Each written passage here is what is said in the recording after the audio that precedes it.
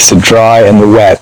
The wet in the dry tropics is very brief, whereas in the wet tropics it's very long. It can be a few months to even half a year.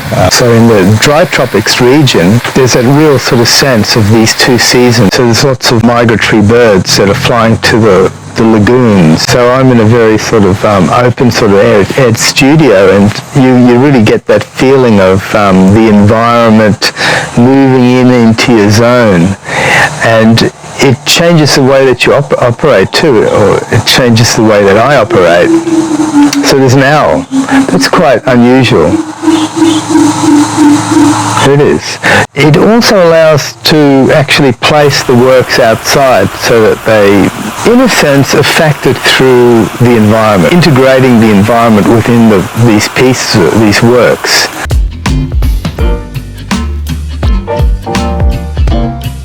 So what I'm looking at is like art as lived experience.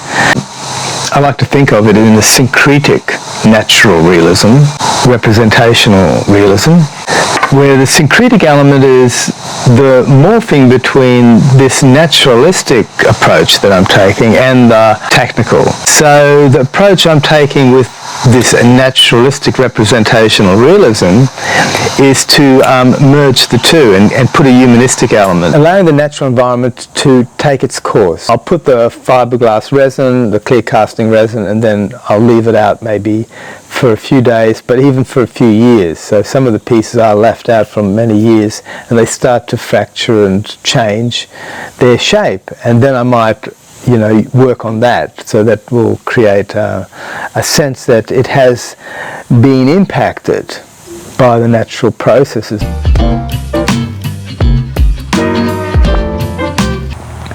And so, what I find is that from that artistic point of view of having a tangible practice, you kind of become a bit of a chameleon, where you do change yourself in relation to the philosophical ideas that are being filtered through, which then affect the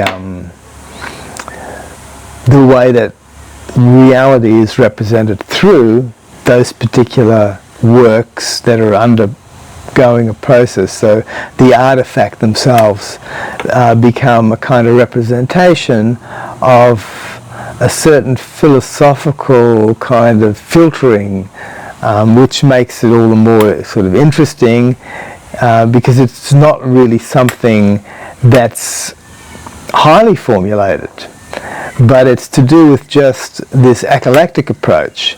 So probably in previous historical epochs, if you like the Middle Ages, artists were beholden to the state, the religious state, like the Christian aesthetic.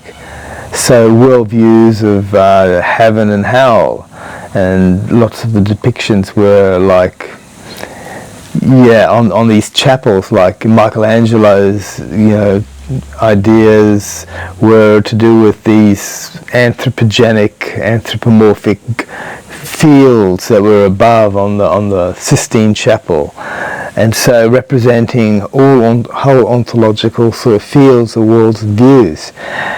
And so, since this modernization, obviously that's been transformed, and we've now come to feel it's very common knowledge that we should, we as in the citizens, ought to believe in, not that these deities are somehow on the roof of the universe, but rather what we have is an expanding universe. Hubble's